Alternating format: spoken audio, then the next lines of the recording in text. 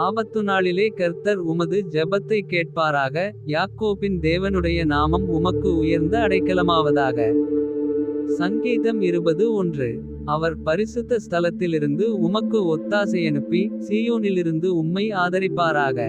சங்கீதம் 22.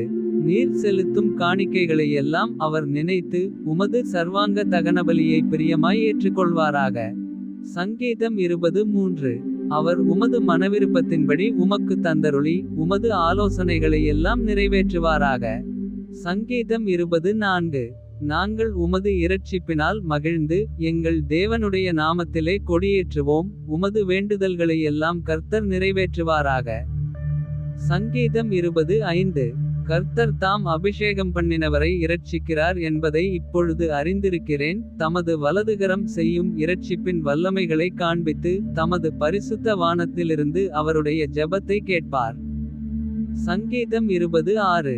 சிலர் இரதங்களை குறித்தும் சிலர் குதிரைகளை குறித்தும் மேன்மை பாராட்டுகிறார்கள். நாங்களோ எங்கள் தேவனாகிய கர்த்தருடைய நாமத்தை குறித்தே மேன்மை பாராட்டுவோம். சங்கீதம் 27.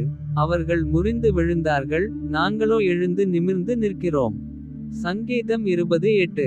கர்த்தாவே இரட்சியும். நாங்கள் கூப்பிடுகிற நாளிலே ராஜா எங்களுக்கு செவிகொடுப்பாராக.